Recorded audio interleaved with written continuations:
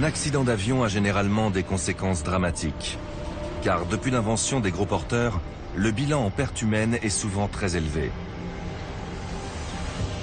Des centaines de personnes peuvent trouver la mort en quelques secondes, ce qui explique la phobie que cela suscite chez certains.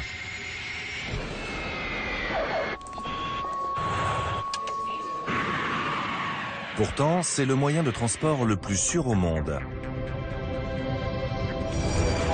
Les avions d'aujourd'hui sont conçus, testés et fabriqués dans le but de protéger ceux qui montent à bord. Voici l'histoire des scientifiques qui ont joué les trompe-la-mort et sacrifié quantité d'appareils afin que vous puissiez embarquer en toute sérénité.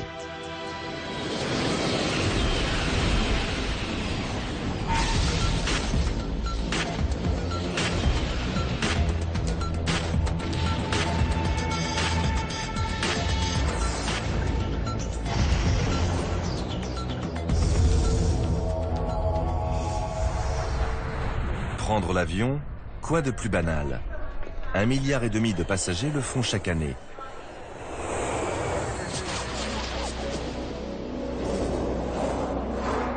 Pour répondre à une telle demande, les ingénieurs imaginent sans cesse des appareils plus imposants, plus performants et plus spacieux.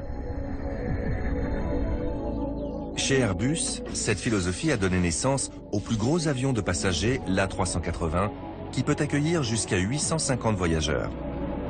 À l'intérieur, on pourrait loger 10 terrains de squash.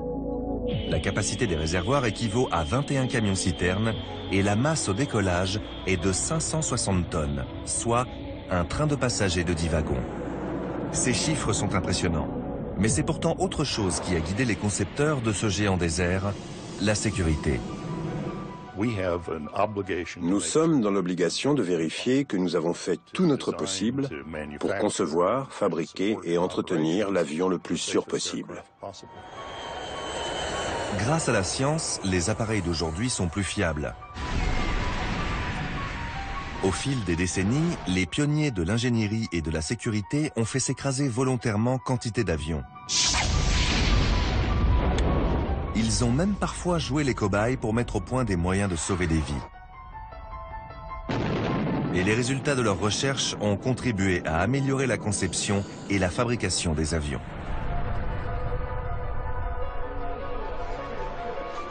En à peine plus d'un siècle, nous sommes passés de ceci à cela. Le chemin parcouru est tout simplement exceptionnel. Une des premières améliorations a porté sur la robustesse. Les coucous d'autrefois étaient fragiles, car ils étaient conçus pour voler, pas pour être solides. En 1903, le domaine du transport entre dans une nouvelle ère avec le premier vol motorisé des frères Wright. Mais 5 ans plus tard, l'aviation fait déjà sa première victime. Orville Wright et le lieutenant Thomas Selfridge effectuent l'essai en vol d'un nouvel appareil. Dans un virage serré, à 45 mètres d'altitude, l'hélice casse. Le pilote perd le contrôle de l'avion qui pique vers le sol. Sous la violence du choc, le lieutenant Selfridge est tué sur le coup et Orville Wright est grièvement blessé. Ce drame illustre le peu de protection qu'offrent les appareils de l'époque. Les cascades effectuées par des pilotes intrépides attirent l'attention sur la violence d'un impact vertical, même quand la chute est courte. L'armature en bois se plie en accordéon dès le contact avec le sol. Cette fois, le pilote en a réchappé, ce qui n'est pas toujours le cas.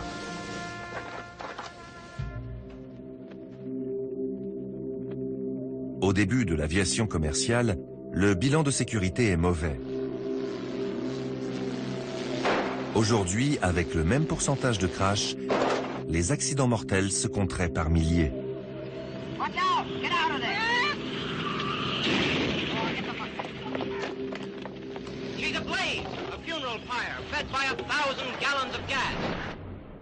La sécurité s'est tellement améliorée qu'actuellement, un voyageur n'a qu'une chance sur 2 500 000 de se trouver impliqué dans un accident mortel.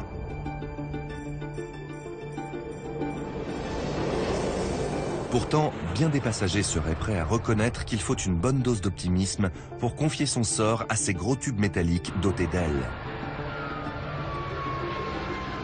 Pour qu'un avion vole en toute sécurité, ses performances aérodynamiques doivent être excellentes, comme l'explique le professeur Jeff Jupp. L'avion de transport à réaction moderne est très grand et très lourd. Il faut le faire décoller, mais aussi rester en l'air. Les ailes sont bombées de manière à ce que l'écoulement de l'air s'accélère en passant dessus et à ce qu'il ralentisse en passant dessous. En vertu d'une loi fondamentale en aérodynamique, quand la vitesse de l'air augmente, sa pression baisse. Et quand l'air ralentit, sa pression augmente. Donc, il y a réduction de la pression sur l'aile et augmentation dessous. Et cet écart de pression fournit la portance qui permet à l'avion de se maintenir en l'air. Pour ressentir cet effet, il suffit d'incliner la main comme ça quand le vent souffle. La force du souffle a tendance à la faire monter. C'est comme ça qu'une aile fonctionne.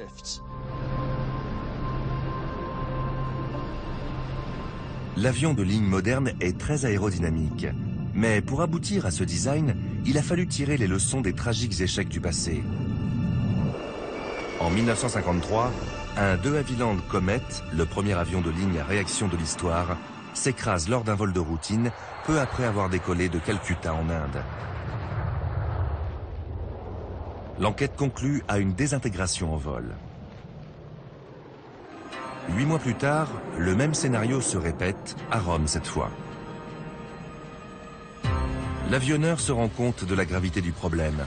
Mais comme les comètes ont été entièrement détruits et qu'il n'y a eu aucun survivant, il est difficile de savoir ce qui a pu se passer dans les derniers instants du vol. Incapables de fournir une explication plausible, les spécialistes font appel aux lois fondamentales de la physique pour trouver la clé de l'énigme. Afin d'évaluer les effets des écarts de pression, ils soumettent le comète à une batterie de tests. En immergeant le fuselage dans un bassin rempli d'eau, ils simulent les variations de pression que les avions subissent en haute altitude pour évaluer leur impact sur la structure de l'appareil. Mais rien n'indique que la pressurisation soit à incriminer. Le comète reprend donc du service.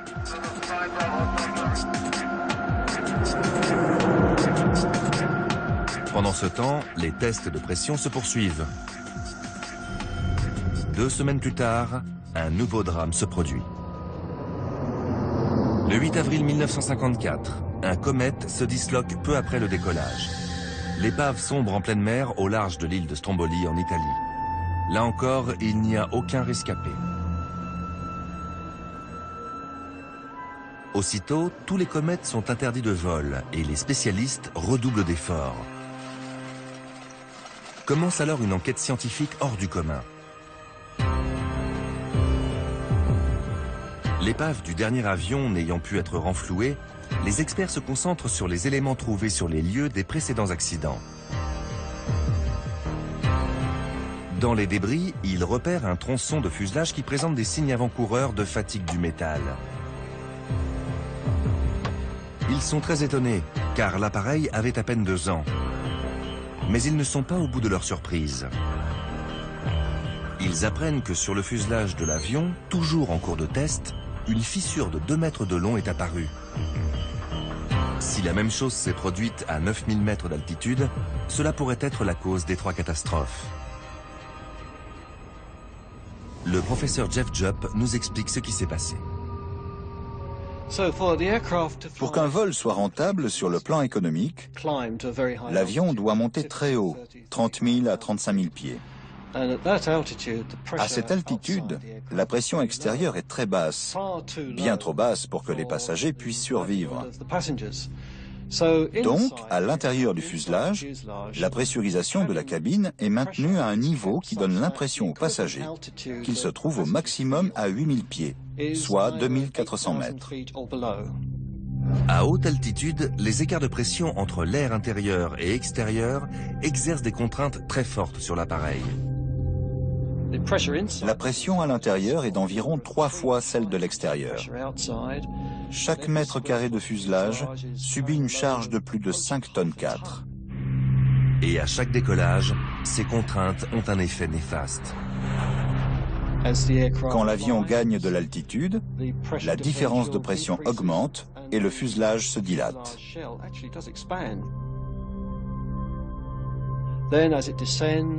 Quand l'avion redescend, la différence de pression disparaît de nouveau et le fuselage se contracte. Et à chaque vol, ce phénomène se répète. C'est un peu comme avec un ballon. Si une fissure apparaît et si elle fait céder le fuselage, eh bien, tout le monde sait ce qui arrive quand un ballon éclate.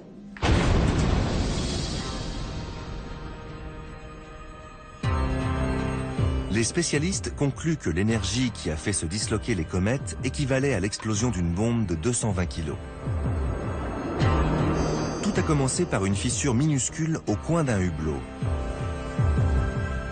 Les coins à angle droit des hublots étaient des zones fragiles et les changements de pression répétés les ont soumis à des contraintes énormes.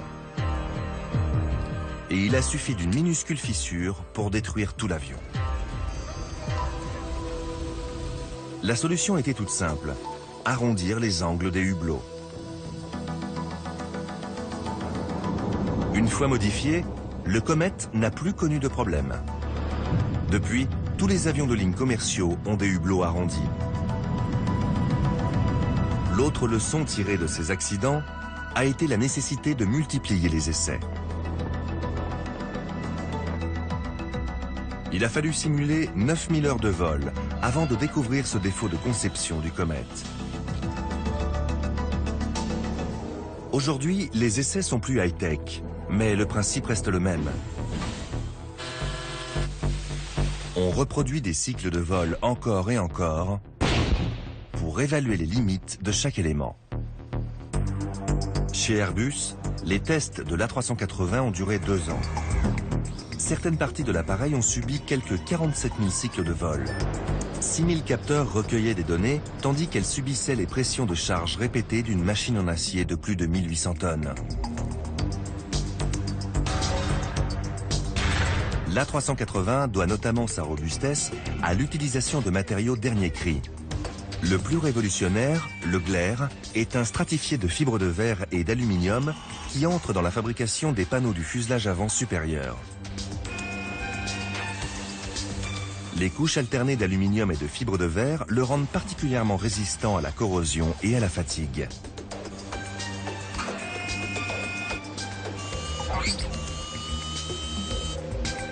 Mais le fuselage n'est qu'un des paramètres de la sécurité.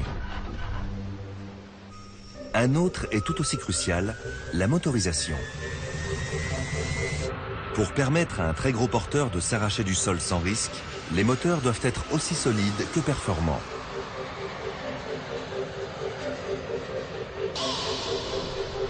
Paradoxalement, plus on est près du sol, plus il est important que les moteurs fonctionnent correctement. La plupart des accidents ont en effet lieu à l'atterrissage et au décollage.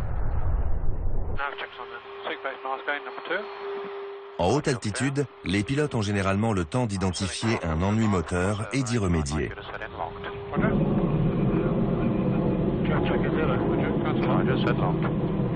Mais un problème similaire lors des phases de décollage ou d'atterrissage ne laisse guère le temps de trouver une solution.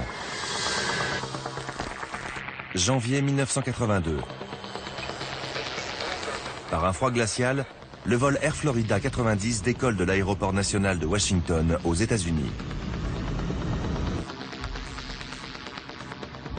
30 secondes plus tard, le Boeing 737 ne parvient toujours pas à gagner de l'altitude.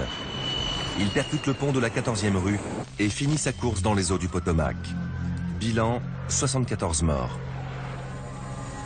Si les pilotes n'ont pas réussi à prendre de l'altitude, c'est en partie à cause de la météo et de ses conséquences sur les réacteurs. Parce qu'ils étaient couverts de glace, les capteurs ont transmis une lecture erronée de la puissance moteur.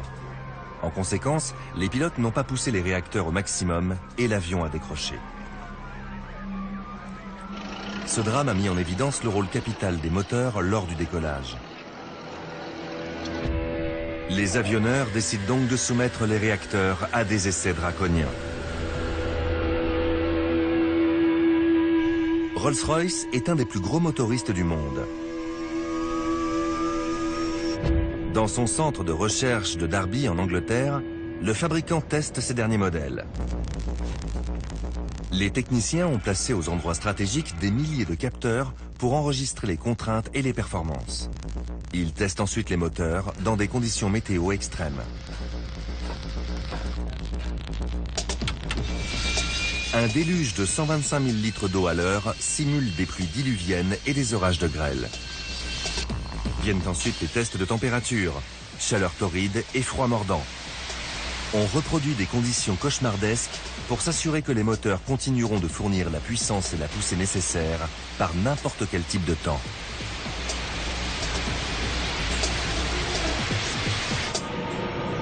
Mais un danger encore plus redoutable menace. Le péril aviaire. Une collision avec un oiseau peut s'avérer désastreuse. Les plumes et les os creux risquent d'endommager la cabine, les ailes et les gouvernes, ce qui peut entraîner une perte de contrôle ou de la puissance moteur.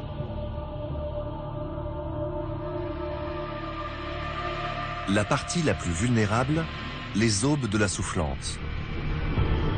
Comme des pales d'hélice, elles tournent pour assurer la propulsion. Il est donc essentiel qu'elles restent intactes.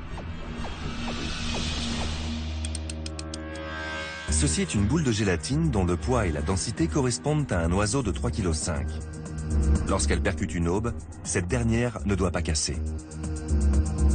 On simule ainsi des collisions avec un oiseau ou une nuée d'oiseaux sur différentes parties de la soufflante. Rolls-Royce a pris en compte les résultats de ses essais lors de la conception d'une aube à large corde pour ses moteurs Trent.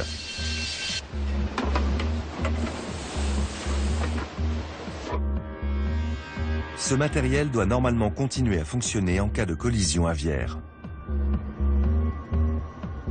Mais que se passerait-il si malgré tout une aube venait à être arrachée?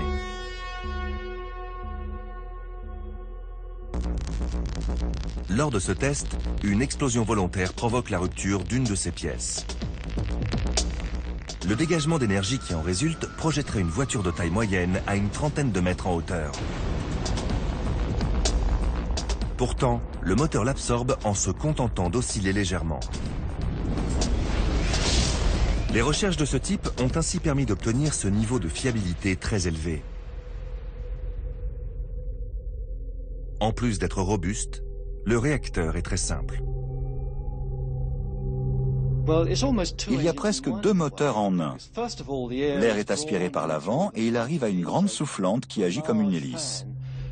Elle fait entrer l'air dans le réacteur et le propulse vers l'arrière, ce qui fournit l'essentiel de la poussée. Mais une partie de cet air traverse un réacteur rudimentaire placé derrière l'hélice. Donc il y a aspiration, compression, explosion et expulsion. Aspiration. L'air est absorbé par l'avant du moteur. Compression. Une grosse soufflante logée dans un carénage expulse l'air vers l'arrière et le comprime 40 fois. Explosion. Dans une chambre de combustion, l'air comprimé est mélangé à du carburant et enflammé. Enfin, expulsion. Le dégagement de chaleur augmente encore la pression et la poussée.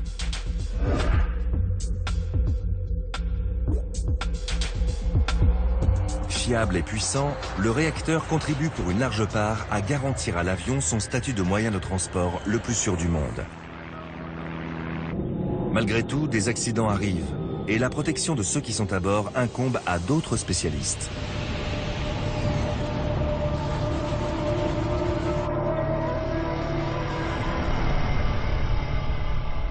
Le professeur William Waldock est l'un d'entre eux. Trois conditions doivent être réunies pour qu'une personne survive à un accident. Premièrement, les forces d'impact doivent rester supportables pour un être humain.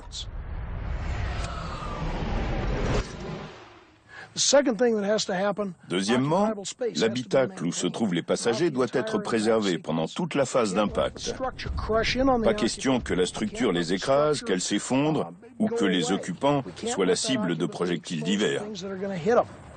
Et troisième condition, l'intégrité de l'habitacle doit persister pendant toute la durée de l'accident et au-delà. qu'aucune de ces conditions ne soit pas remplie, et c'est la catastrophe. Un drame a particulièrement mis en évidence l'étroitesse de la frontière entre un accident auquel on peut survivre et un crash mortel. En 1989, le vol British Midlands 92, victime d'ennuis moteurs, se déroute vers l'aéroport le plus proche pour s'y poser en urgence. L'équipage a été formé à ce genre de scénario et atterrir avec un seul réacteur devrait être une formalité. Mais par erreur, les pilotes coupent le seul réacteur qui fonctionne encore.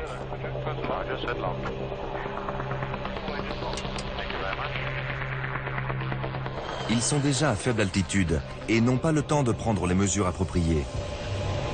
Ils se retrouvent soudain aux commandes d'un avion transformé en planeur de 60 tonnes.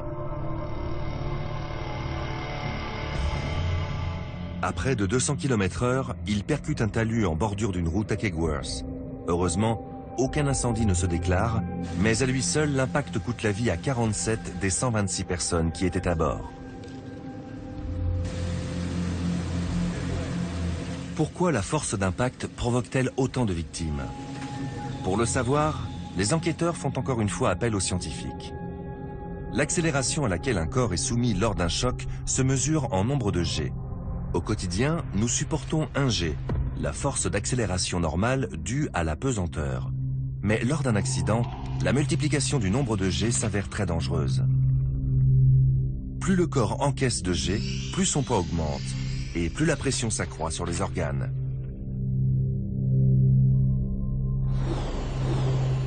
Mais à combien de G le corps humain peut-il résister?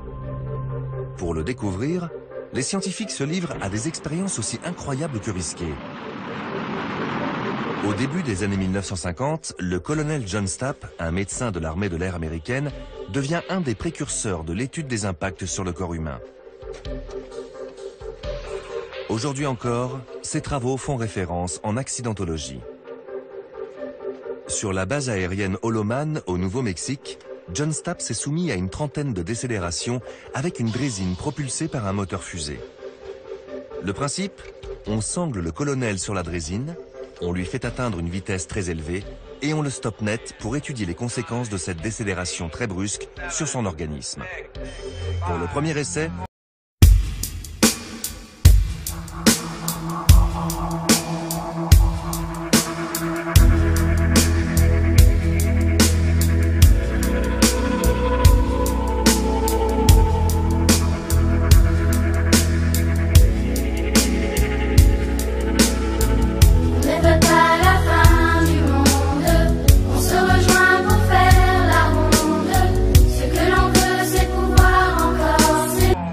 personne ne savait si le cobaye survivrait. Baptisée vent sonique, la drésine développe une poussée supérieure à 22 tonnes sur une voie ferrée de 1500 mètres et passe de 0 à 1000 km/h en seulement 5 secondes.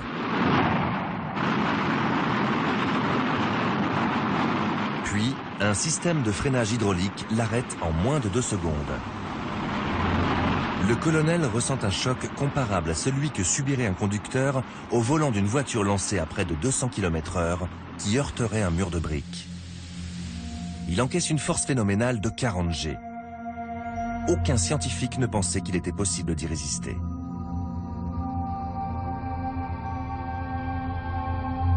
Juste après le test, John Stapp est aveugle.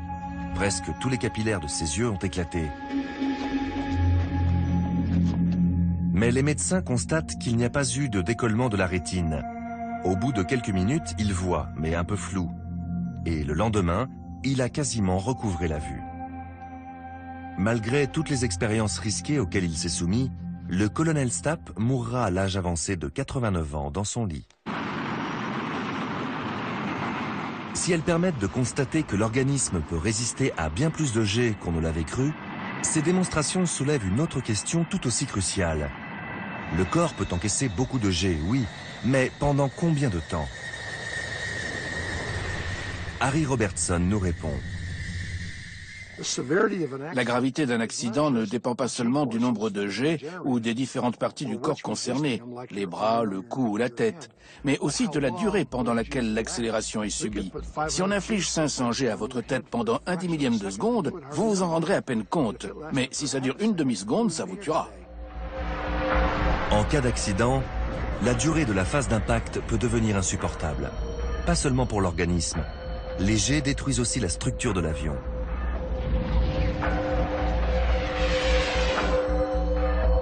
Et c'est un phénomène extrêmement dangereux.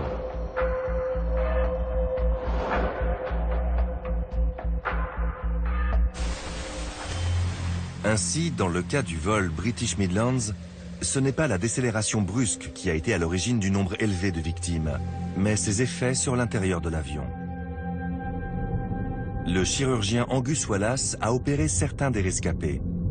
Il a noté qu'un grand nombre des lésions aux jambes, aux bras et à la tête étaient consécutives à des chocs avec les aménagements cabines. Apparemment, les sièges avaient été arrachés, tout comme les compartiments à bagages. Et sous l'effet du nombre de jets, ils avaient été transformés en projectiles mortels. Selon les experts, il y aurait eu plus de survivants si les aménagements cabines avaient été fixés plus solidement.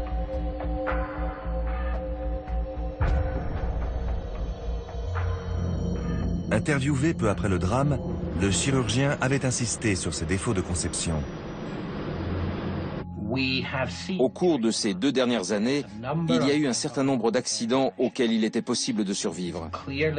Donc, de toute évidence, il est temps que les avionneurs consacrent un peu plus de temps et de réflexion à la protection des occupants.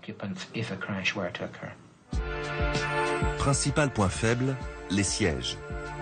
Depuis l'accident de Kegworth, les appareils sont dotés de sièges capables de résister à 16 G, alors que les modèles précédents se désintégraient à partir de 9 G.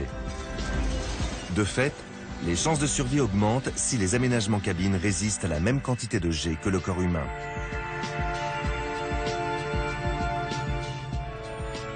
Mais en dépit de l'amélioration de l'intégrité structurelle des avions, il reste un autre grand danger.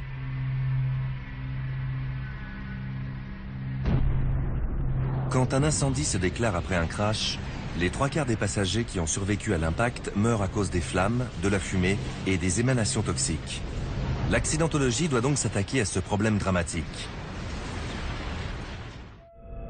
En janvier 1974, un Boeing 707 avec 101 passagers à bord s'écrase à l'atterrissage lors d'une escale à Pago Pago, une île des Samoa américaines en Polynésie.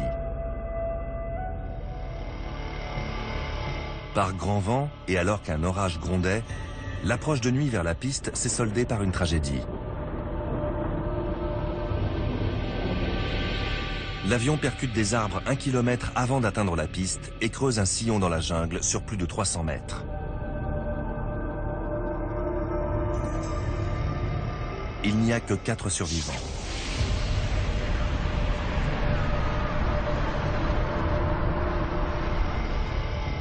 L'enquête révélera que les 97 victimes ont toutes péri, non pas au moment où l'avion s'est écrasé au sol, mais dans l'incendie qui a suivi l'impact.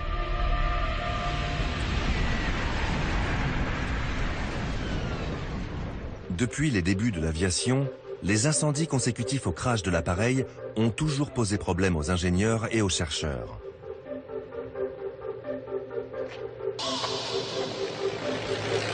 Dès les années 1920, l'aéropostale américaine, le premier réseau de transport aérien régulier du monde, achemine le courrier à travers l'Est des États-Unis.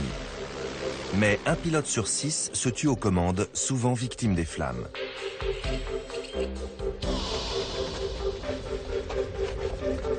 Ces hommes font les frais de la mauvaise conception des aéroplanes. Même les accidents bénins s'avèrent meurtriers.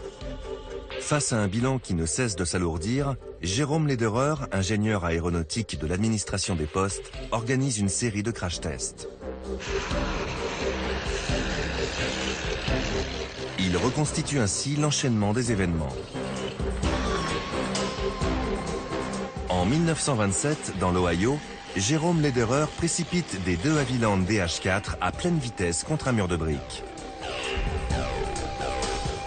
Grâce à une caméra ultra rapide, on voit nettement que les tuyaux d'alimentation en carburant sont sectionnés et que le liquide se déverse sur le moteur et les pots d'échappement brûlants où il s'enflamme. L'ingénieur a alors une idée toute simple. Il préconise d'allonger les tuyaux pour éviter qu'ils ne soient coupés lorsque le moteur est violemment secoué au moment de l'impact. Moins de carburant répandu, cela veut dire moins de risques de voir un incendie se déclarer et davantage de vies sauvées.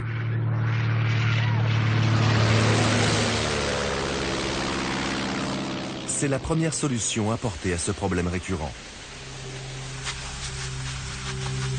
Mais plus les avions sont gros, plus ils emportent de carburant et plus le risque augmente. Les spécialistes se penchent donc ensuite sur ce qui provoque l'incendie, le carburant.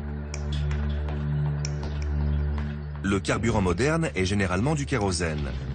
Tant qu'il est dans le réservoir, il reste stable et s'enflamme difficilement. Mais quand il se répand, il en va tout autrement. Le risque, c'est de voir ce liquide se vaporiser en cas de perforation des réservoirs. Comme l'avion est emporté par son élan, si des particules de carburant s'échappent du réservoir, elles se mélangent avec l'oxygène ambiant et deviennent extrêmement volatiles. Ce nuage de kérosène transforme tout le périmètre en boule de feu.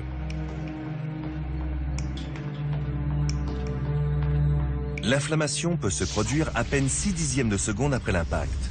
Et les facteurs déclenchants ne manquent pas. Flammes sortant du moteur, filaments des ampoules, étincelles produites par le frottement du métal sur le sol ou un arc électrique. Ensuite, la boule de feu se diffuse dans le nuage de kérosène à plus de 15 mètres secondes. Pire encore, ce nuage peut être projeté vers l'avant. S'il s'enflamme, l'avion se retrouve alors dans une fournaise d'environ 1300 degrés. Harry Robertson est l'un des premiers spécialistes de l'étude des causes de ces incendies. Il a cherché des moyens de lutter contre ce phénomène. Avec ses collègues, il a récupéré d'anciens avions de compagnie et de l'armée de l'air américaine et a passé des heures à les préparer en vue de tests.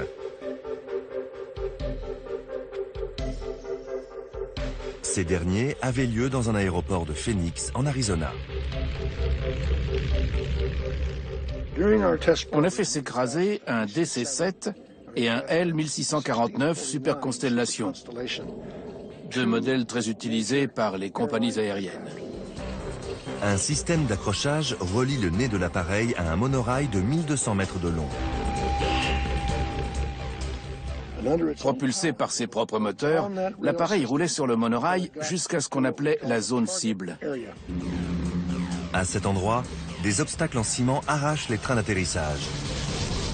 Ensuite, les pales des hélices sont sectionnées par des rails de chemin de fer plantés à la verticale et les ailes par des poteaux téléphoniques. Projetés dans tous les sens, les débris peuvent couper les tuyaux de carburant ou percer les réservoirs des ailes. Les pales s'enfonçaient dans le fuselage à hauteur des passagers ou bien dans la zone de fret ou au niveau des tuyaux de carburant. C'était imprévisible. Des caméras qui filment à différentes vitesses permettent d'observer l'accident sous tous les angles. Ces simulations reproduisent des accidents en phase de décollage et d'atterrissage. Des accidents auxquels on peut survivre, mais au cours desquels les personnes à bord sont le plus exposées au risque d'incendie. Harry Robertson veut trouver des moyens de minimiser ce risque. Une des approches envisagées pour réduire le risque d'incendie consistait à trouver un moyen d'empêcher le carburant de brûler, ou en tout cas de brûler trop violemment. En théorie, plus le kérosène est visqueux, plus il mettra de temps à se répandre une fois le réservoir percé. En cas d'accident, ce carburant resterait-il agrégé, ce qui réduirait le problème du nuage, ou se déverserait-il, mais moins vite? Pour étudier la dispersion du liquide, les scientifiques remplacent le carburant par de l'eau colorée. Une boule de feu empêcherait qu'on voie clairement la séquence des événements. Ils remplissent donc les réservoirs d'aile d'une eau visqueuse colorée en rouge pour celle de droite et en jaune pour celle de gauche. Quant aux deux derniers réservoirs, ils contiennent de l'eau ordinaire mais teinte en bleu. Les observations peuvent commencer.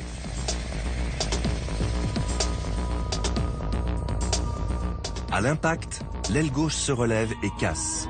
De grandes quantités d'eau bleutée se déversent. Au moment où les moteurs sont secoués et les pales arrachées, les tuyaux de carburant sont sectionnés et le kérosène prend feu.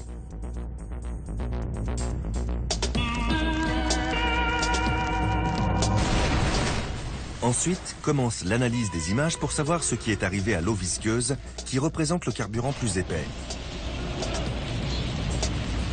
Au ralenti, les scientifiques constatent qu'elle se vaporise moins que le carburant traditionnel. Manifestement, les nuages rouges et jaunes se répandent moins vite que les bleus. Mais le produit anti-vaporisation a un défaut.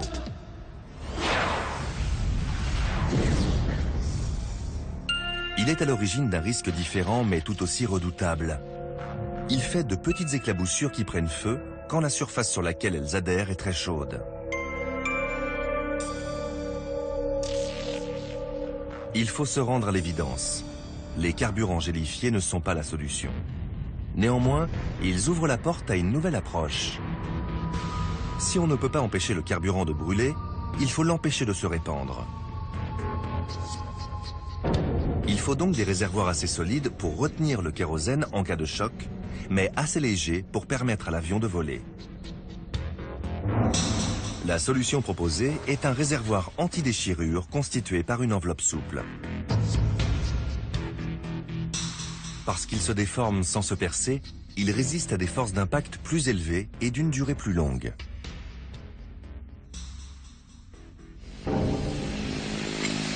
Les scientifiques préparent donc un autre avion équipé des deux types de réservoirs logés dans les ailes. Le modèle rigide traditionnel et le nouveau, plus souple. L'appareil s'élance sur son monorail devant un public fébrile.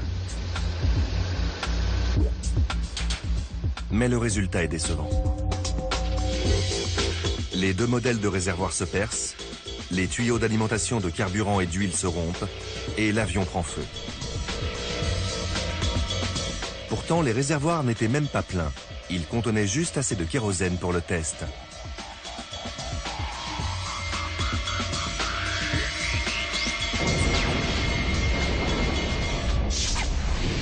Ce nouveau fiasco illustre bien la complexité du problème. Comment empêcher les réservoirs d'aile de se perforer et le carburant de se répandre? Sur les gros avions de ligne, l'idéal est de stocker le kérosène dans les ailes. Mais ces dernières, du fait de leur grande taille, sont équipées d'un revêtement métallique épais qui, lorsqu'il cède, perce même les réservoirs souples les plus résistants. Harry Robertson et ses collègues résoudront le problème sur les aéronefs militaires, généralement plus petits. Mais il perdurera sur les gros porteurs, comme le montre cet accident survenu en 1985 en Angleterre. À Manchester, un feu se déclare à bord d'un avion prêt à décoller avec 131 vacanciers à son bord. Les pompiers interviennent en quelques minutes, mais on déplorera malgré tout le décès de 55 passagers. Le professeur Ellen Muir a voulu savoir pourquoi le bilan était aussi lourd.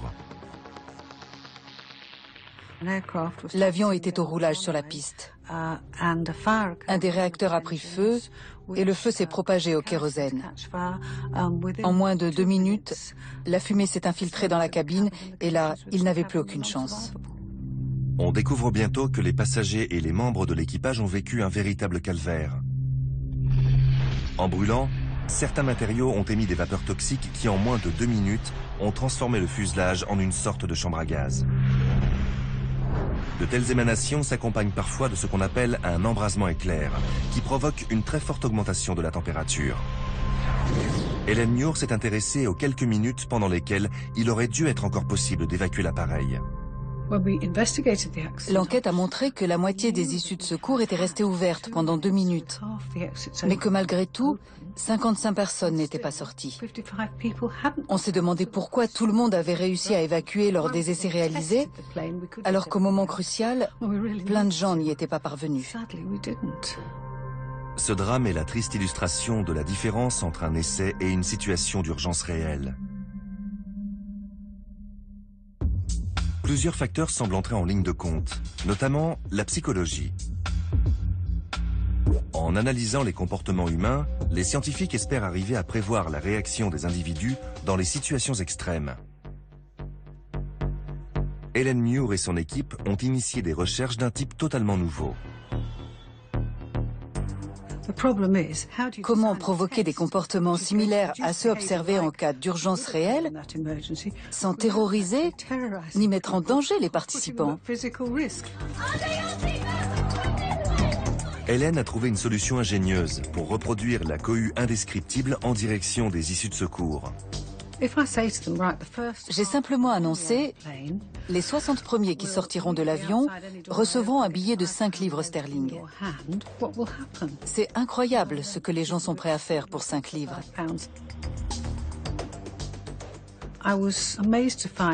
Lors des premiers essais, j'ai été ébahie de voir des gens se ruer pour sortir les premiers et avoir leur billet. Et quand j'ai montré les images à des rescapés du vol de Manchester, ils m'ont dit « Oui, c'était exactement ça. Quelqu'un m'a marché dessus alors que j'étais encore assis. » Et là, on voit la même chose. Ces tests montrent qu'en cas de danger de mort, les passagers peuvent réagir de façon très différente.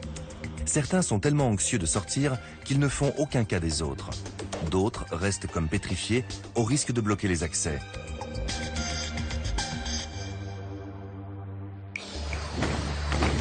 En revanche, lors des tests où le personnel navigant commercial supervise l'évacuation et guide les passagers, les chances de survie augmentent. Le drame de Manchester a également été à l'origine d'améliorations apportées à l'appareil. Notamment l'installation de signaux lumineux au sol pour orienter les passagers vers les sorties de secours et l'utilisation de matériaux ignifuges en cabine pour minimiser les effets nocifs de la fumée et des flammes. 2 modifications qui depuis ont souvent sauvé des vies.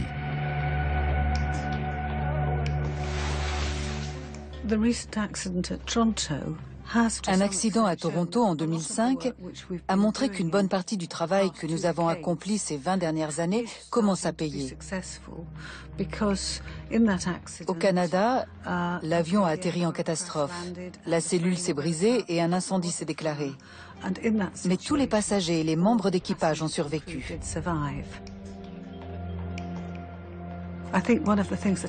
Il faut reconnaître que si l'industrie aéronautique se bat avec acharnement sur les produits et les prix, en revanche, elle ne mégote jamais sur la sécurité. Les recherches pour mettre au point un carburant moins inflammable se sont poursuivies. Elles vont se traduire par un crash test spectaculaire orchestré par l'aviation civile américaine et la NASA sur la base d'Edwards en Californie.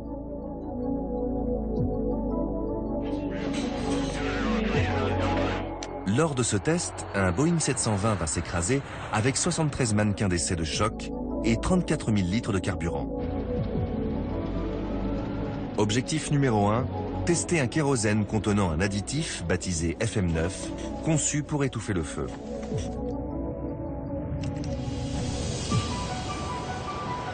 Face à des journalistes venus nombreux, l'avion décolle et monte à une altitude d'un peu plus de 600 mètres.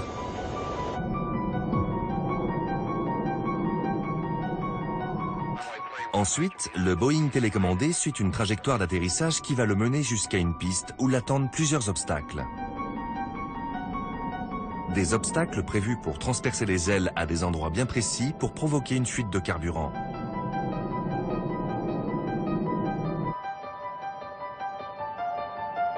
Mais juste avant l'atterrissage, les choses tournent mal. L'appareil dévie légèrement de sa route. Il n'est plus qu'à 45 mètres du sol quand les ingénieurs tentent de le redresser pour le faire revenir sur sa trajectoire.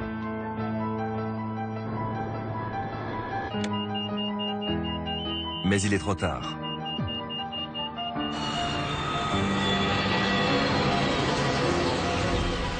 L'avion est incliné sur sa gauche, son aile ne résiste pas au choc. Le carburant commence à se répandre et s'enflamme.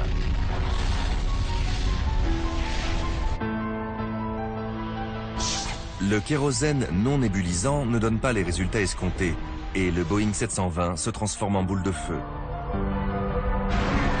Si le test a mal tourné, le scénario s'avère pourtant plus réaliste que celui qui était initialement prévu. Il est en effet très rare qu'un avion s'écrase avec les ailes à plat. Les chercheurs sont cependant déçus de constater que l'additif n'a pas été efficace.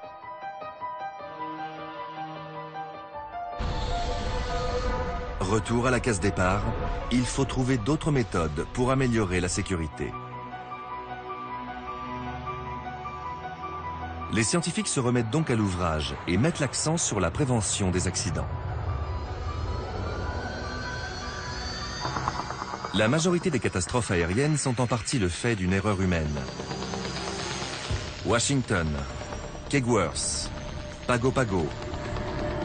Et en 1977, l'accident le plus meurtrier de l'histoire de l'aviation. Deux Boeing 747 se percutent sur une piste de l'aéroport de Los Rodeos, sur Tenerife, une des îles Canaries. En plein brouillard, avec une visibilité réduite à 300 mètres, un avion néerlandais de la compagnie KLM entame son décollage sur une piste où un gros porteur de la compagnie américaine Pan Am est au roulage. Bilan, 583 morts.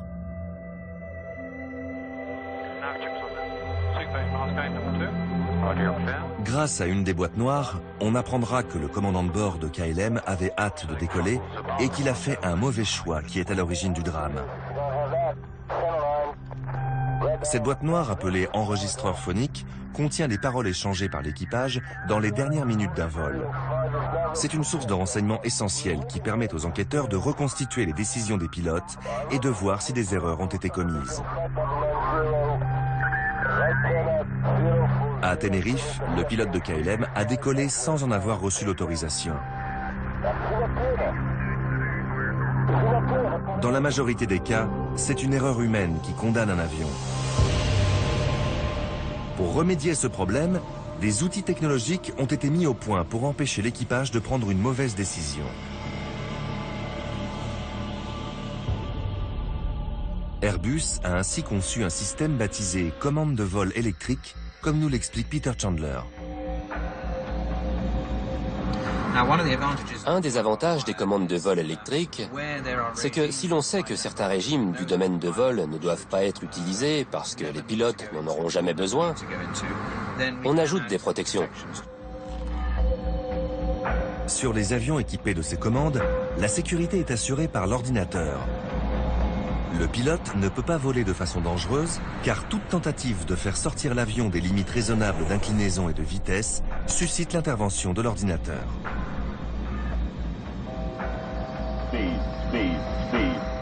C'est l'avertissement que la vitesse est basse. Je suis protégé par... Même si je ne touche pas la manette des gaz, les réacteurs passent à plein régime pour éviter tout problème. Mais s'il améliore la sécurité, ce système n'a pas vocation à remplacer les pilotes. Peut-être y aura-t-il un jour des cockpits sans pilote, mais ça n'est pas pour tout de suite. L'exploitation d'un avion, depuis les infrastructures au sol jusqu'au contrôle aérien, impose une certaine souplesse, et donc la présence d'un individu à bord pour prendre les décisions. Même après un siècle d'évolution technique incroyable, l'avion dépend toujours du savoir-faire de la personne qui est aux commandes. Pour rendre les vols encore plus sûrs, il convient donc désormais de perfectionner l'alliance entre l'homme et la machine. Aux États-Unis, un voyageur sur 8 reconnaît éviter à tout prix de prendre l'avion. Pourtant, ce mode de transport demeure le plus sûr qui soit, grâce au progrès amené par l'accidentologie. Aujourd'hui, les avions de ligne offrent un niveau de sécurité sans précédent. Chaque année, ils transportent des centaines de millions de passagers tout autour de la planète. Aucun autre moyen de transport n'est aussi fiable. Les avions actuels sont des merveilles de la technologie et ils permettent à de plus en plus de gens de réaliser le vieux rêve d'Icare, voler.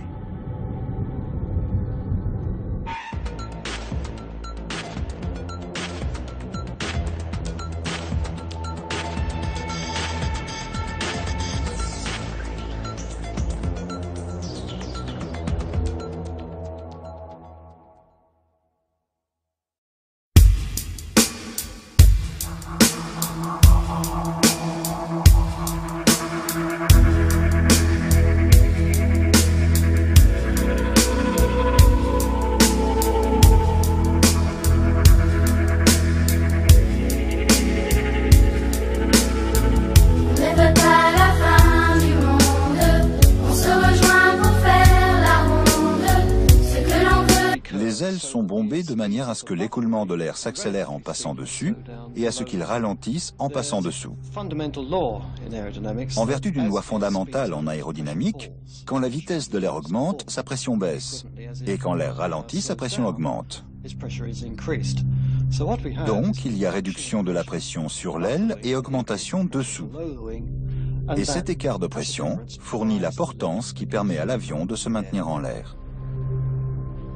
Pour ressentir cet effet, il suffit d'incliner la main comme ça quand le vent souffle.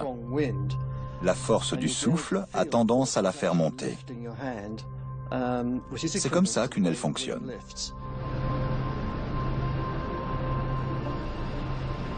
L'avion de ligne moderne est très aérodynamique. Mais pour aboutir à ce design, il a fallu tirer les leçons des tragiques échecs du passé.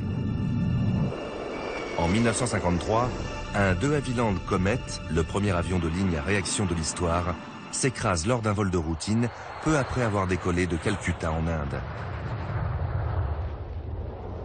L'enquête conclut à une désintégration en vol. 8 mois plus tard, le même scénario se répète, à Rome cette fois. L'avionneur se rend compte de la gravité du problème.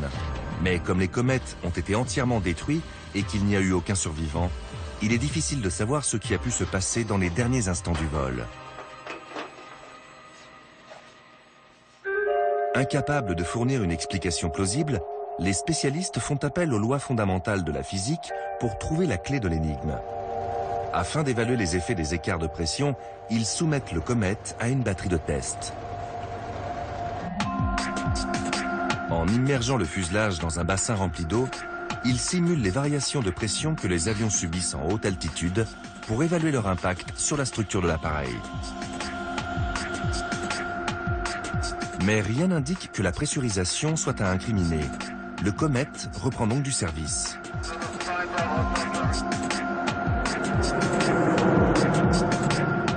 Pendant ce temps, les tests de pression se poursuivent. 2 semaines plus tard, un nouveau drame se produit. Le 8 avril 1954, un comète se disloque peu après le décollage. L'épave sombre en pleine mer au large de l'île de Stromboli en Italie. Là encore, il n'y a aucun rescapé. Aussitôt, tous les comètes sont interdits de vol et les spécialistes redoublent d'efforts. Commence alors une enquête scientifique hors du commun. L'épave du dernier avion n'ayant pu être renflouée, les experts se concentrent sur les éléments trouvés sur les lieux des précédents accidents. Dans les débris, ils repèrent un tronçon de fuselage qui présente des signes avant-coureurs de fatigue du métal. Ils sont très étonnés, car l'appareil avait à peine 2 ans. Mais ils ne sont pas au bout de leur surprise. Ils apprennent que sur le fuselage de l'avion, toujours en cours de test, une fissure de 2 mètres de long est apparue. Si la même chose s'est produite à 9000 mètres d'altitude, cela pourrait être la cause des 3 catastrophes. Le professeur Jeff Jupp nous explique ce qui s'est passé.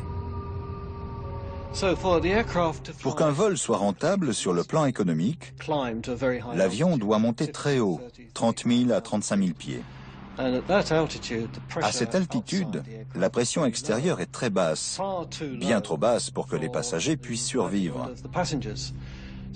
Donc, à l'intérieur du fuselage, la pressurisation de la cabine est maintenue à un niveau qui donne l'impression aux passagers qu'ils se trouvent au maximum à 8000 pieds, soit 2400 mètres.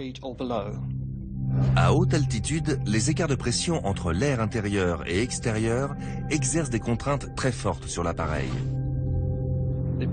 La pression à l'intérieur est d'environ 3 fois celle de l'extérieur. Chaque mètre carré de fuselage subit une charge de plus de 5 tonnes 4. Et à chaque décollage, ces contraintes ont un effet néfaste. Quand l'avion gagne de l'altitude, la différence de pression augmente et le fuselage se dilate.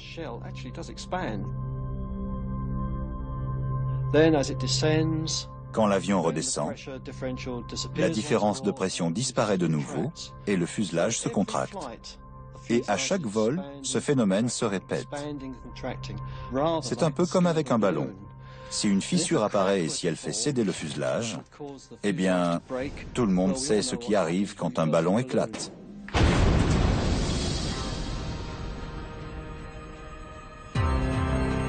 Les spécialistes concluent que l'énergie qui a fait se disloquer les comètes équivalait à l'explosion d'une bombe de 220 kg.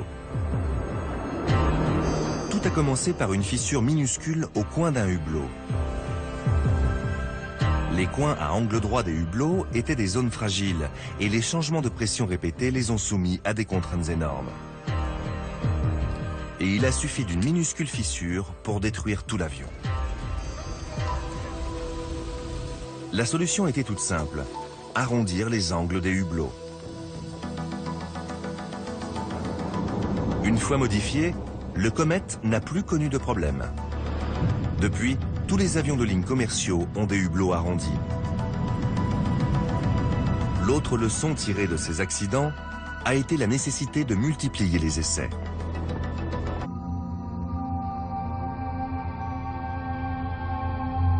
Juste après le test, John Stapp est aveugle. Presque tous les capillaires de ses yeux ont éclaté. Mais les médecins constatent qu'il n'y a pas eu de décollement de la rétine. Au bout de quelques minutes, il voit, mais un peu flou. Et le lendemain, il a quasiment recouvré la vue. Malgré toutes les expériences risquées auxquelles il s'est soumis, le colonel Stapp mourra à l'âge avancé de 89 ans dans son lit.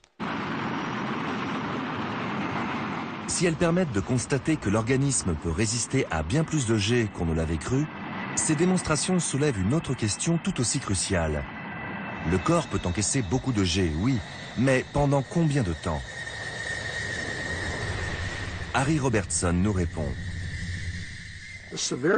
La gravité d'un accident ne dépend pas seulement du nombre de jets ou des différentes parties du corps concernées, les bras, le cou ou la tête, mais aussi de la durée pendant laquelle l'accélération est subie.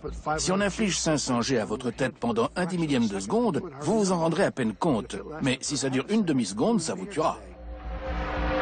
En cas d'accident, la durée de la phase d'impact peut devenir insupportable. Pas seulement pour l'organisme. Les jets détruisent aussi la structure de l'avion.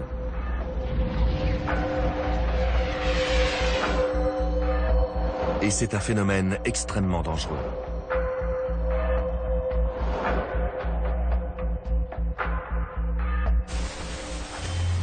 Ainsi, dans le cas du vol British Midlands, ce n'est pas la décélération brusque qui a été à l'origine du nombre élevé de victimes, mais ses effets sur l'intérieur de l'avion. Le chirurgien Angus Wallace a opéré certains des rescapés. Il a noté qu'un grand nombre des lésions aux jambes, aux bras et à la tête étaient consécutives à des chocs avec les aménagements cabines. Apparemment, les sièges avaient été arrachés, tout comme les compartiments à bagages. Et sous l'effet du nombre de jets, ils avaient été transformés en projectiles mortels. Selon les experts, il y aurait eu plus de survivants si les aménagements cabines avaient été fixés plus solidement.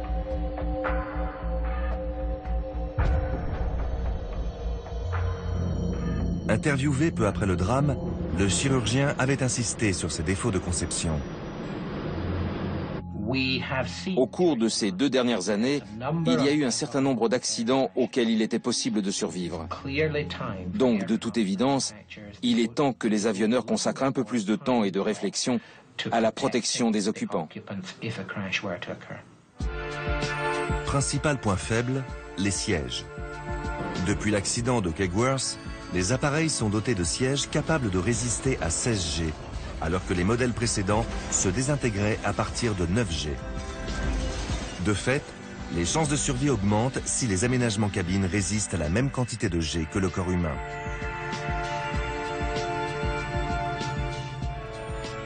Mais en dépit de l'amélioration de l'intégrité structurelle des avions, il reste un autre grand danger.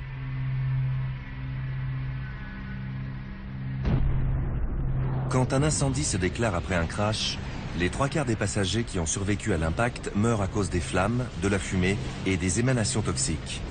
L'accidentologie doit donc s'attaquer à ce problème dramatique. En janvier 1974, un Boeing 707 avec 101 passagers à bord s'écrase à l'atterrissage lors d'une escale à Pago Pago, une île des Samoa américaines en Polynésie. Par grand vent et alors qu'un orage grondait, l'approche de nuit vers la piste s'est soldée par une tragédie. L'avion percute des arbres 1 kilomètre avant d'atteindre la piste et creuse un sillon dans la jungle sur plus de 300 mètres. Il n'y a que 4 survivants.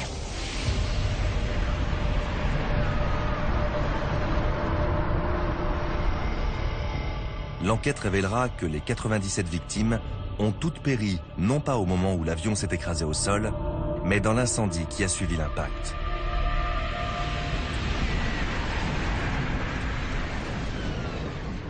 Depuis les débuts de l'aviation, les incendies consécutifs au crash de l'appareil ont toujours posé problème aux ingénieurs et aux chercheurs.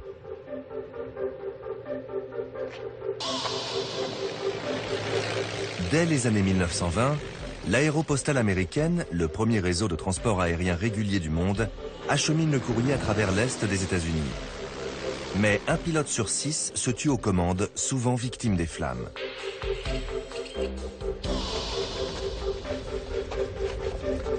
Ces hommes font les frais de la mauvaise conception des aéroplanes. Même les accidents bénins s'avèrent meurtriers. Face à un bilan qui ne cesse de s'alourdir, Jérôme Lederer, ingénieur aéronautique de l'administration des postes, organise une série de crash tests. Il reconstitue ainsi l'enchaînement des événements. En 1927, dans l'Ohio, Jérôme Lederer précipite des 2 Havilland DH4 à pleine vitesse contre un mur de briques. Grâce à une caméra ultra rapide, on voit nettement que les tuyaux d'alimentation en carburant sont sectionnés et que le liquide se déverse sur le moteur et les pots d'échappement brûlants où il s'enflamme. L'ingénieur a alors une idée toute simple. Il a fallu simuler 9000 heures de vol avant de découvrir ce défaut de conception du Comet. Aujourd'hui, les essais sont plus high-tech, mais le principe reste le même. On reproduit des cycles de vol encore et encore pour évaluer les limites de chaque élément. Chez Airbus, les tests de l'A380 ont duré 2 ans. Certaines parties de l'appareil ont subi quelques 47 000 cycles de vol. 6 000 capteurs recueillaient des données, tandis qu'elles subissaient les pressions de charge répétées d'une machine en acier de plus de 1800 tonnes.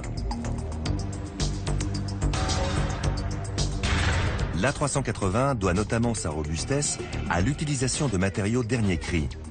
Le plus révolutionnaire, le glaire, est un stratifié de fibres de verre et d'aluminium qui entre dans la fabrication des panneaux du fuselage avant supérieur. Les couches alternées d'aluminium et de fibres de verre le rendent particulièrement résistant à la corrosion et à la fatigue.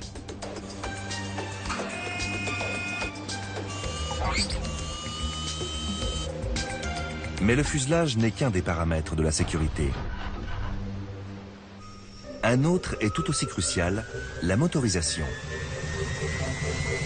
Pour permettre à un très gros porteur de s'arracher du sol sans risque, les moteurs doivent être aussi solides que performants.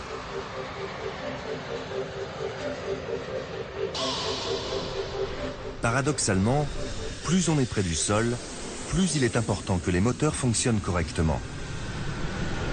La plupart des accidents ont en effet lieu à l'atterrissage et au décollage. En haute altitude, les pilotes ont généralement le temps d'identifier un ennui moteur et d'y remédier.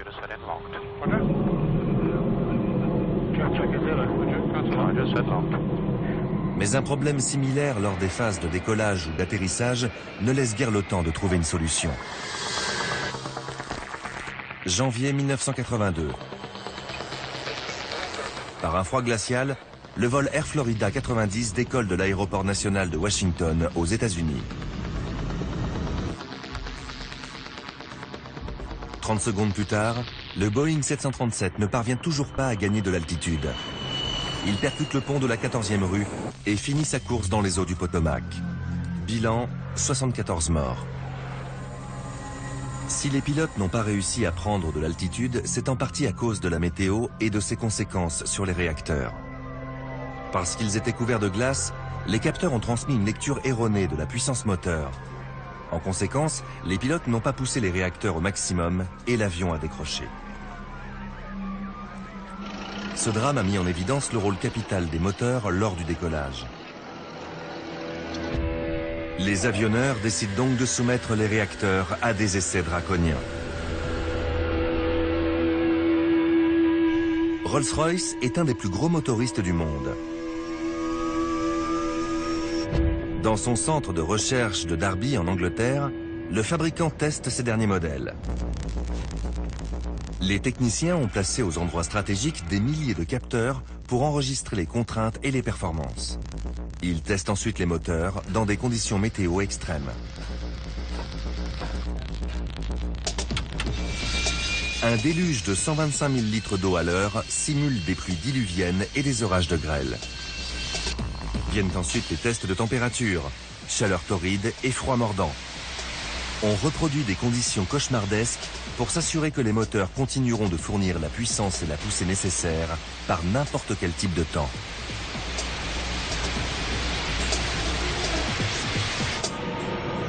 Mais un danger encore plus redoutable menace. Le péril aviaire. Une collision avec un oiseau peut s'avérer désastreuse. Les plumes et les os creux risquent d'endommager la cabine, les ailes et les gouvernes, ce qui peut entraîner une perte de contrôle ou de la puissance moteur.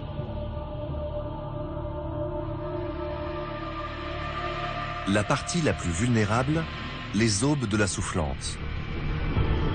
Comme des pales d'hélice, elles tournent pour assurer la propulsion. Il est donc essentiel qu'elles restent intactes. Ceci est une boule de gélatine dont le poids et la densité correspondent à un oiseau de 3,5 kg. Lorsqu'elle percute une aube, cette dernière ne doit pas casser. On simule ainsi des collisions avec un oiseau ou une nuée d'oiseaux sur différentes parties de la soufflante. Rolls-Royce a pris en compte les résultats de ces essais lors de la conception d'une aube à large corde pour ses moteurs Trent.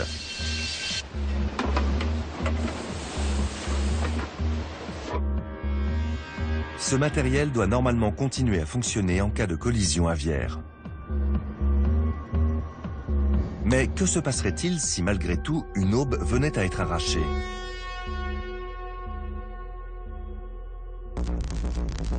Lors de ce test, une explosion volontaire provoque la rupture d'une de ces pièces.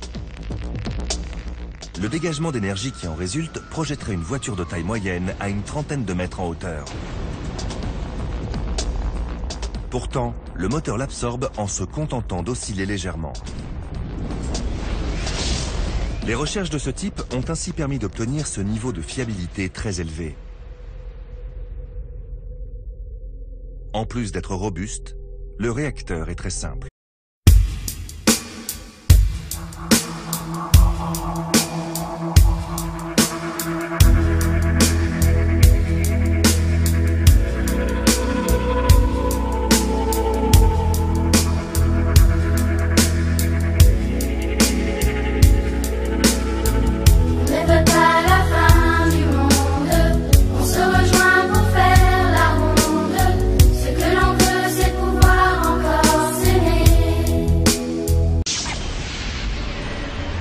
Un accident d'avion a généralement des conséquences dramatiques.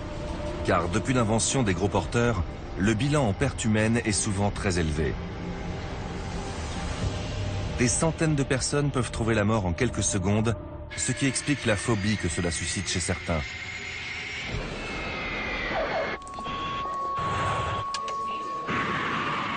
Pourtant, c'est le moyen de transport le plus sûr au monde.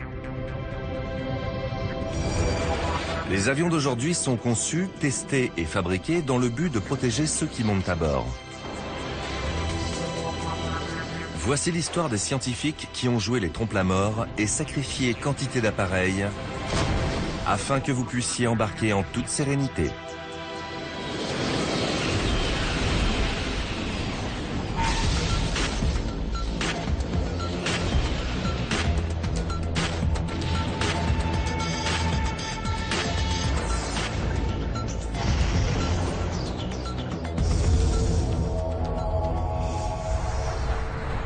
Prendre l'avion, quoi de plus banal?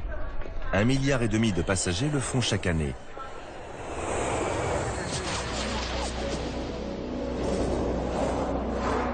Pour répondre à une telle demande, les ingénieurs imaginent sans cesse des appareils plus imposants, plus performants et plus spacieux.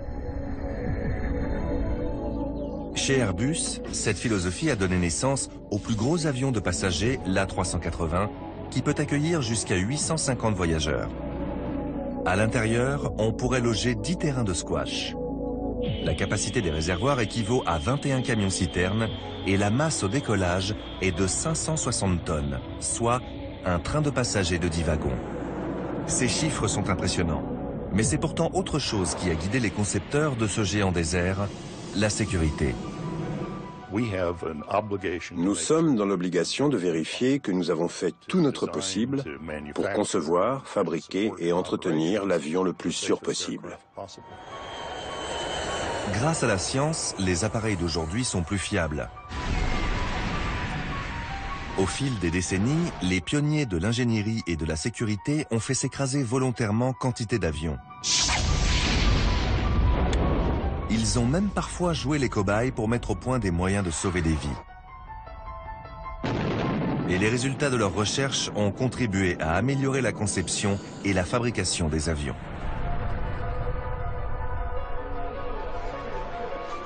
En à peine plus d'un siècle, nous sommes passés de ceci à cela.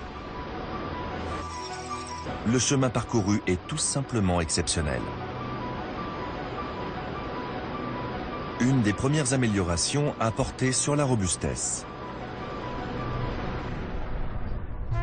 Les coucous d'autrefois étaient fragiles, car ils étaient conçus pour voler, pas pour être solides. En 1903, le domaine du transport entre dans une nouvelle ère avec le premier vol motorisé des frères Wright.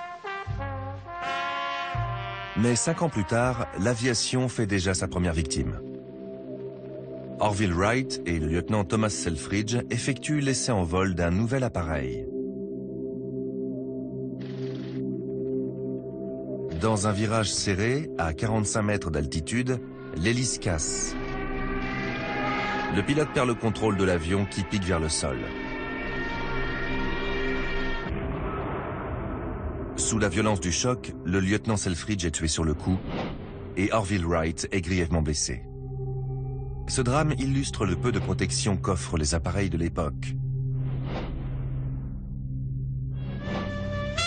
Les cascades effectuées par des pilotes intrépides attirent l'attention sur la violence d'un impact vertical, même quand la chute est courte. L'armature en bois se plie en accordéon dès le contact avec le sol. Cette fois, le pilote en a réchappé, ce qui n'est pas toujours le cas.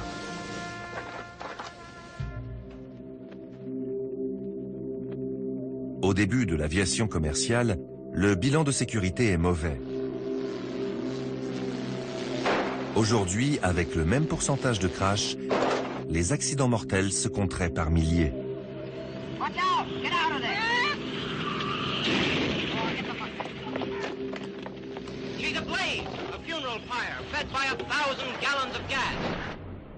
La sécurité s'est tellement améliorée qu'actuellement, un voyageur n'a qu'une chance sur 2 500 000 de se trouver impliqué dans un accident mortel.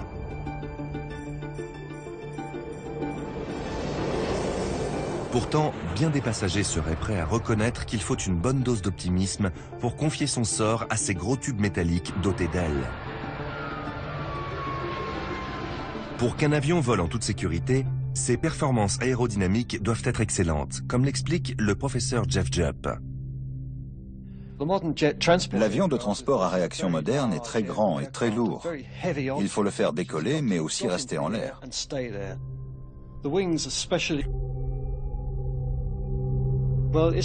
Il y a presque 2 moteurs en un. L'air est aspiré par l'avant et il arrive à une grande soufflante qui agit comme une hélice. Elle fait entrer l'air dans le réacteur et le propulse vers l'arrière, ce qui fournit l'essentiel de la poussée. Mais une partie de cet air traverse un réacteur rudimentaire placé derrière l'hélice. Donc il y a aspiration, compression, explosion et expulsion. Aspiration. L'air est absorbé par l'avant du moteur. Compression. Une grosse soufflante logée dans un carénage expulse l'air vers l'arrière et le comprime 40 fois. Explosion. Dans une chambre de combustion, l'air comprimé est mélangé à du carburant et enflammé. Enfin, expulsion. Le dégagement de chaleur augmente encore la pression et la poussée.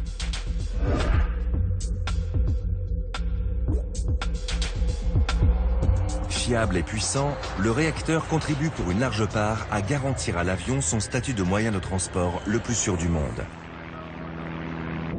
Malgré tout, des accidents arrivent et la protection de ceux qui sont à bord incombe à d'autres spécialistes.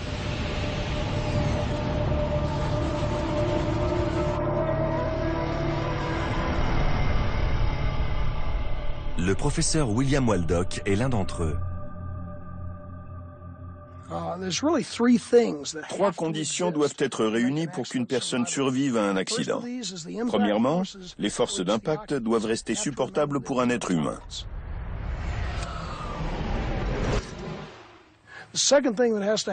Deuxièmement, l'habitacle où se trouvent les passagers doit être préservé pendant toute la phase d'impact. Pas question que la structure les écrase, qu'elle s'effondre ou que les occupants soient la cible de projectiles divers. Et troisième condition, l'intégrité de l'habitacle doit persister pendant toute la durée de l'accident et au-delà. Qu'une de ces conditions ne soit pas remplie, et c'est la catastrophe. Un drame a particulièrement mis en évidence l'étroitesse de la frontière entre un accident auquel on peut survivre et un crash mortel. En 1989, le vol British Midlands 92, victime d'ennui moteur, se déroute vers l'aéroport le plus proche pour s'y poser en urgence. L'équipage a été formé à ce genre de scénario et atterrir avec un seul réacteur devrait être une formalité. Mais par erreur, les pilotes coupent le seul réacteur qui fonctionne encore.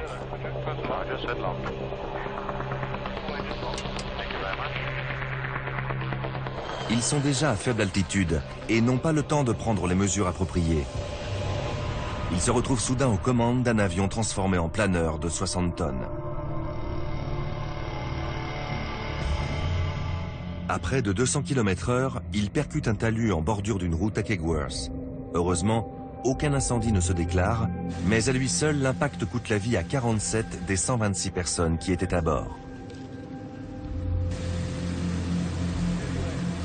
Pourquoi la force d'impact provoque-t-elle autant de victimes? Pour le savoir, les enquêteurs font encore une fois appel aux scientifiques. L'accélération à laquelle un corps est soumis lors d'un choc se mesure en nombre de G. Au quotidien, nous supportons 1 G, la force d'accélération normale due à la pesanteur. Mais lors d'un accident, la multiplication du nombre de G s'avère très dangereuse. Plus le corps encaisse de G, plus son poids augmente, et plus la pression s'accroît sur les organes.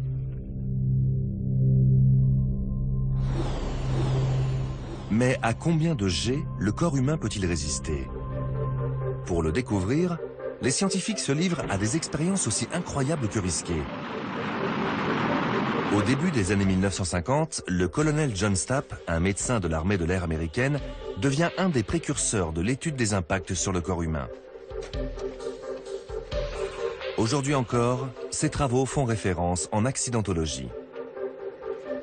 Sur la base aérienne Holloman, au Nouveau-Mexique, John Stapp s'est soumis à une trentaine de décélérations avec une drésine propulsée par un moteur fusée.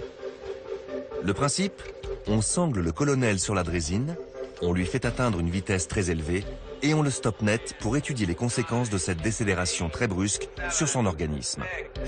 Pour le premier essai,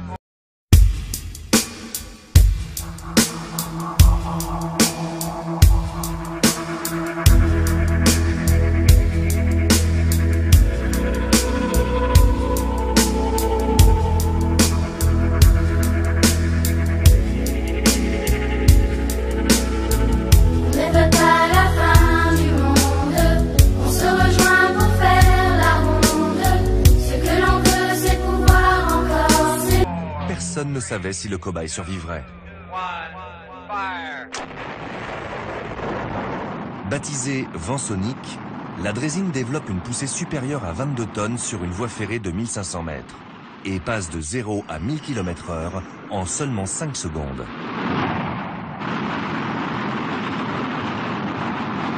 Puis, un système de freinage hydraulique l'arrête en moins de 2 secondes. Le colonel ressent un choc comparable à celui que subirait un conducteur au volant d'une voiture lancée à près de 200 km/h qui heurterait un mur de briques. Il encaisse une force phénoménale de 40 G. Aucun scientifique ne pensait qu'il était possible d'y résister.